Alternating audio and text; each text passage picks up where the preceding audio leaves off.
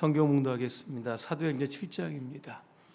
54절부터 60절까지 말씀 함께 54절의 말씀부터 합독하겠습니다. 그들이 이 말을 듣고 마음에 찔려 그를 향하여 이를 갈거늘 스데반이 성령 충만하여 하늘을 우러러 주목하여 하나님의 영광과 및 예수께서 하나님 우편에 서신 것을 보고 말하되 보라, 하늘이 열리고 인자가 하나님 우편에 서신 것을 보노라 한데 그들이 큰 소리를 지르며 귀를 막고 일제히 그에게 달려들어 성 밖으로 내치고 돌로 칠세 증인들이 옷을 벗어 사울이라 하는 청년의 발 앞에 두니라. 그들이 돌로 스데반을 치니 스데반이 부르짖어 이르되 주 예수여 내 영혼을 받으시옵소서 하고 무릎을 꿇고 크게 불러 이르되 주여 이 죄를 그들에게 돌리지 마옵소서. 이 말을 하고 자니라. 아멘. 오늘 하늘을 바라봅시다 하는 주제로 말씀을 드립니다. 할렐루야. 아멘. 옆분과 인사하겠습니다. 하늘을 바라봅시다. 자, 지금 하늘을 바라보시기 바랍니다. 뭐가 보이시죠? 천장 위에 뭐가 보이시죠? 안 보이시나요? 오늘 스데반은 뭘 봤습니까? 하나님 보좌 우편에 계신 예수님을 봤다 그랬습니다. 하늘을 본다는 것은, 그죠? 다시 오실 예수 그리스도를 우리가 늘 주목하고 바라보며 사는 삶일 겁니다. AD 361년경입니다. 그때 로마의 황제가 줄리안입니다. 이 사람의 별명이 붙었는데 배교자 줄리안입니다. 처음에는 기독교를 믿는 듯 했지만 말년에 가서는 기독교를 박해를 합니다. 그에 관한 일화가 있습니다. 한 번은 줄리안이 기독교인들을 원형 경기장으로 넣게 됩니다. 굶주린 사자의 밥으로 던져줍니다. 그때 줄리안은 한 무명의 그리스도인에게 이렇게 묻습니다. 당신 죽음이 두렵지 않습니까? 그랬더니 난 죽음이 두렵지 않다는 겁니다. 그러면 어째서 죽음이 두렵지 않느냐 이렇게 물어보니까 주님이 살아계시기 때문입니다. 그때 줄리안이 헛웃음을 칩니다.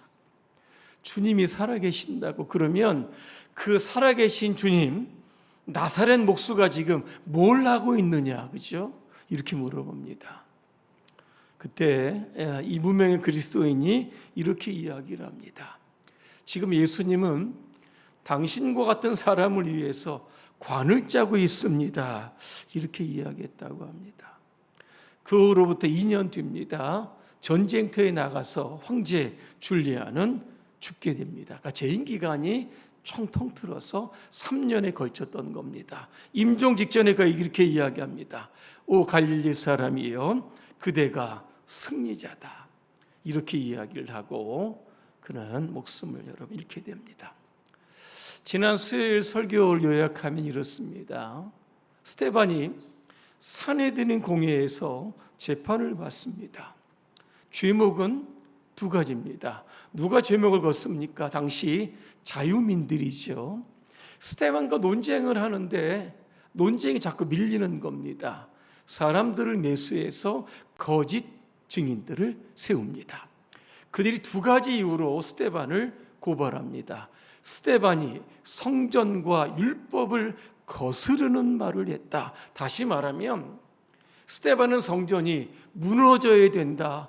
이렇게 복음을 전했다는 겁니다. 그리고 율법은 폐하해져야 된다. 이렇게 설교를 했다라고 하는 겁니다. 억울하죠? 오해입니다. 그때 이 산헤드린 공회에 있었던 많은 사람들, 그죠? 스데반의 얼굴을 주목하여 봅니다. 그때 스데반의 얼굴이 어떤 얼굴과 같다?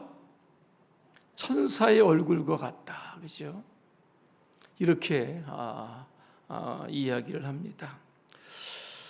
우리가 어떻게 하면 천사의 얼굴이 될 수 있을까라고 하는 겁니다. 천사의 얼굴은 화장품을 좋은 거 바른다고 해서 천사의 얼굴이 되는 건 아닐 겁니다. 기술적으로 화장을 잘해서도 천사의 얼굴을 아마 못 그릴 겁니다. 천사의 얼굴은 하나님과의 깊은 교제 속으로 들어가는 사람, 이러한 사람이요 천사의 얼굴입니다. 모세가 시내산에서 십계명 가지고 내려옵니다. 근데 사람들이 볼 때 모세의 얼굴 피부에 광채가 났다. 그러면 40일 동안 모세는 뭘 했을까? 출애굽기 34장 29절과 30절에 보니까 자기가 하나님과 더불어 말했다. 그러니까 40일 동안 모세는 하나님과 계속적으로 대화를 했던 겁니다. 하나님과의 대화, 이게 뭡니까? 기도죠.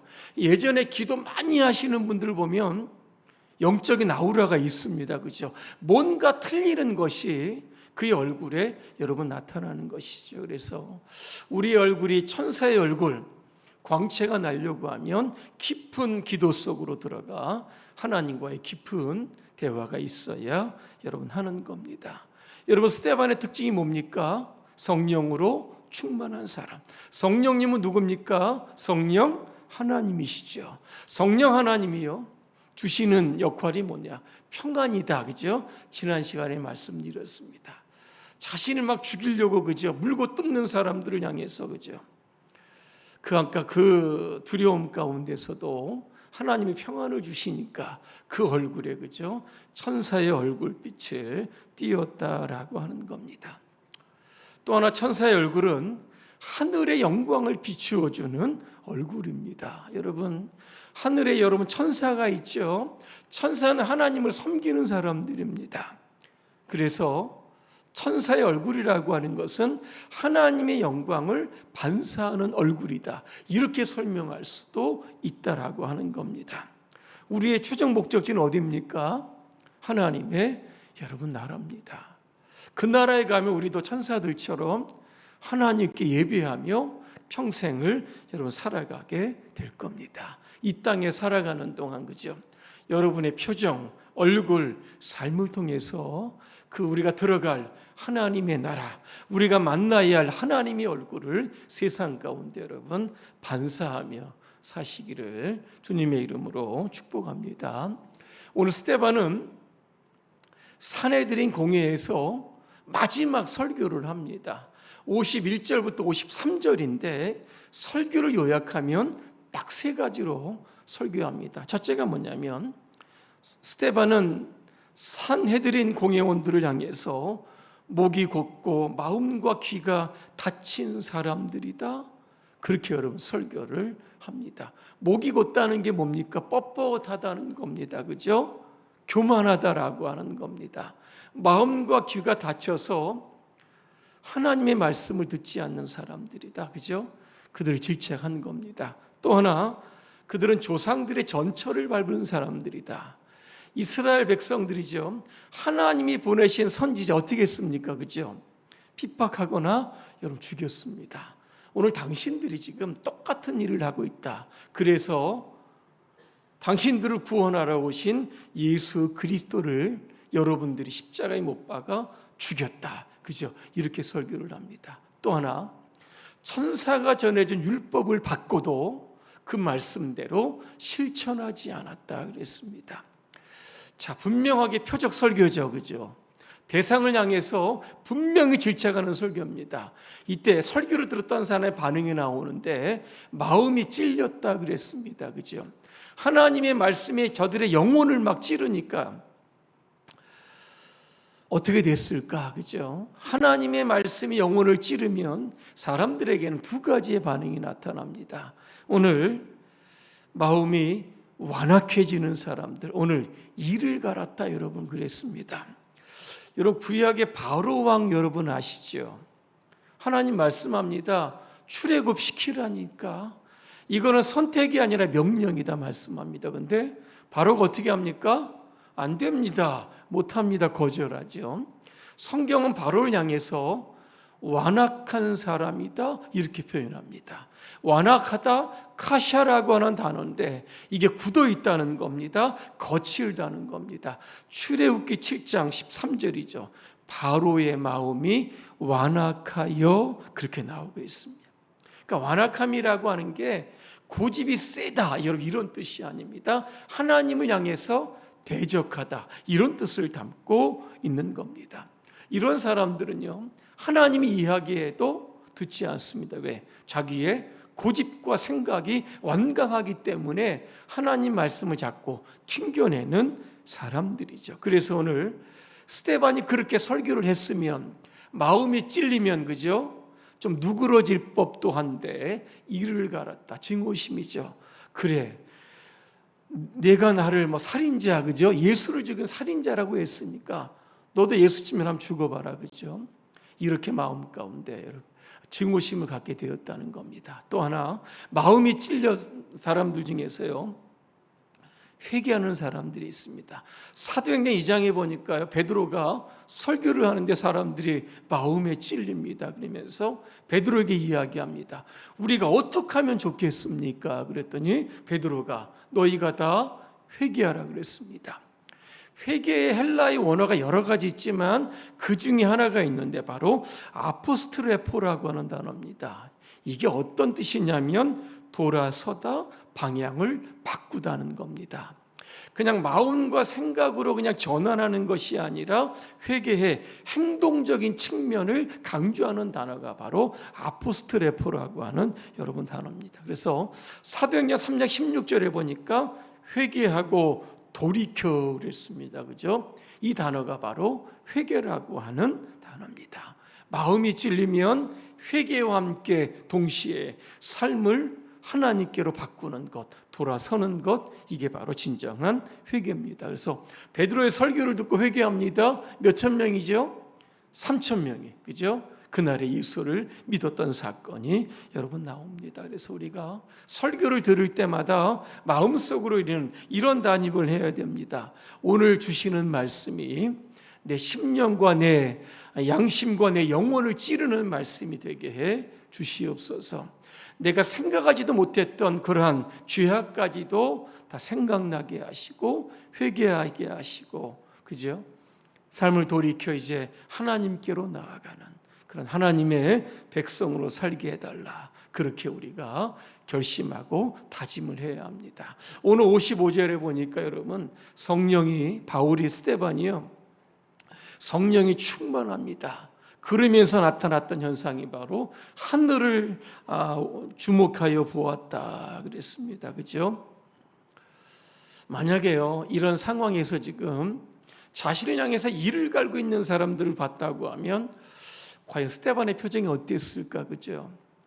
그죠? 억울하게 지금 당하고 있는 건데 아마 그들을 증오했을지도 모릅니다. 자, 그들의 손에는 돌이 하나씩 들려 있죠.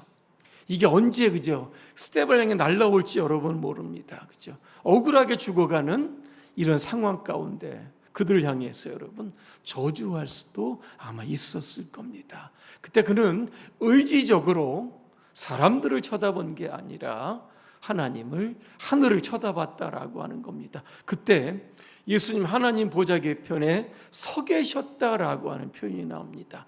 왜 늘 앉아 계셨던 분이 스데반의 순교 직전에 서 계셨던 걸까?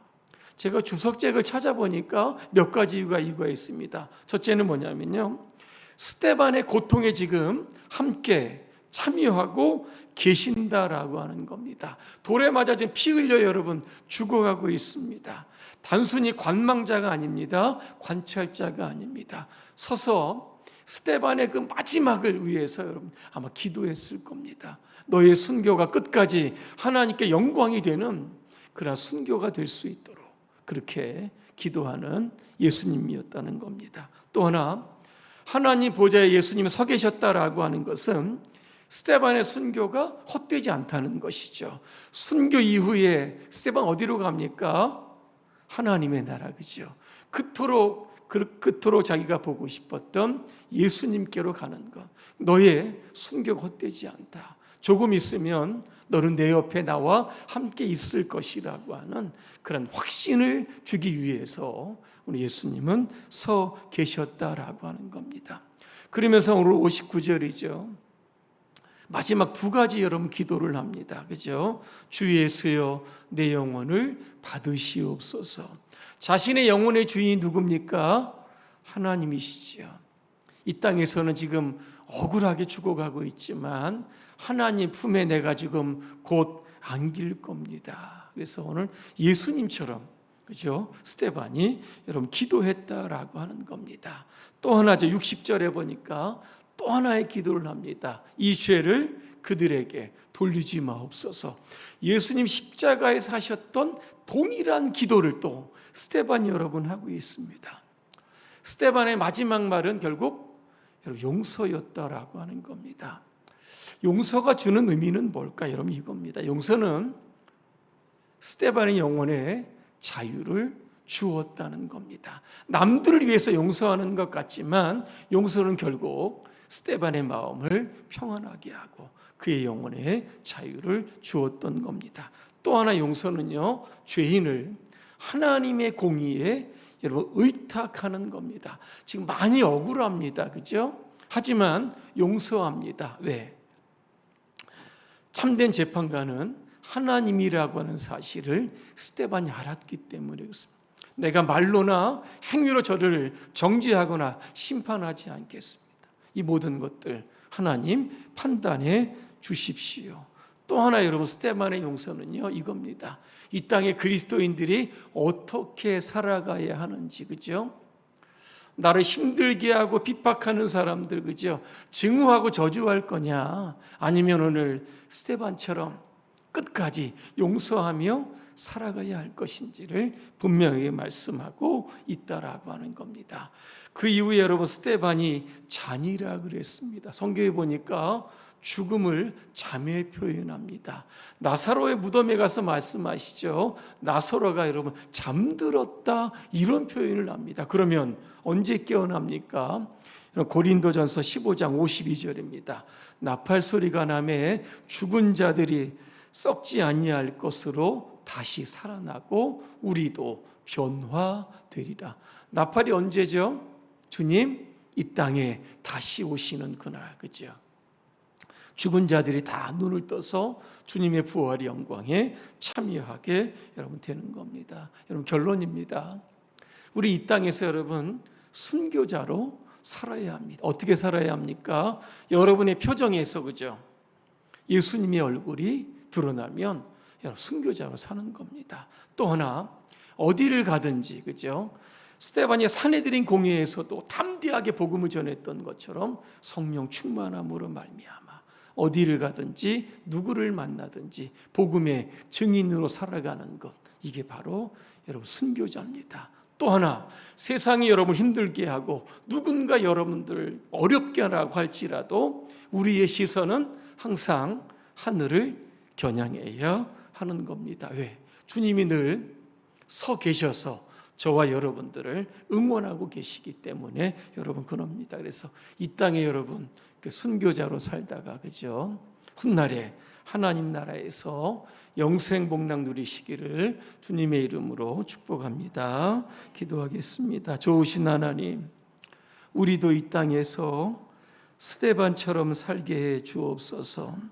세상에서 무슨 일을 당하든지 우리의 얼굴에 주님의 얼굴이 나타나게 하여 주시옵소서. 우리의 삶이 피곤하고 고단할지라도 그때마다 하늘을 바라보게 하시고 늘 우리를 격려하시는 주님을 바라보게 하심으로 말미암아 매일매일 힘을 얻고 결국에는 주님 나라에서 영원히 살게 될 소망을 가지고 살게 해 주옵소서. 예수님의 이름으로 기도합니다. 아멘.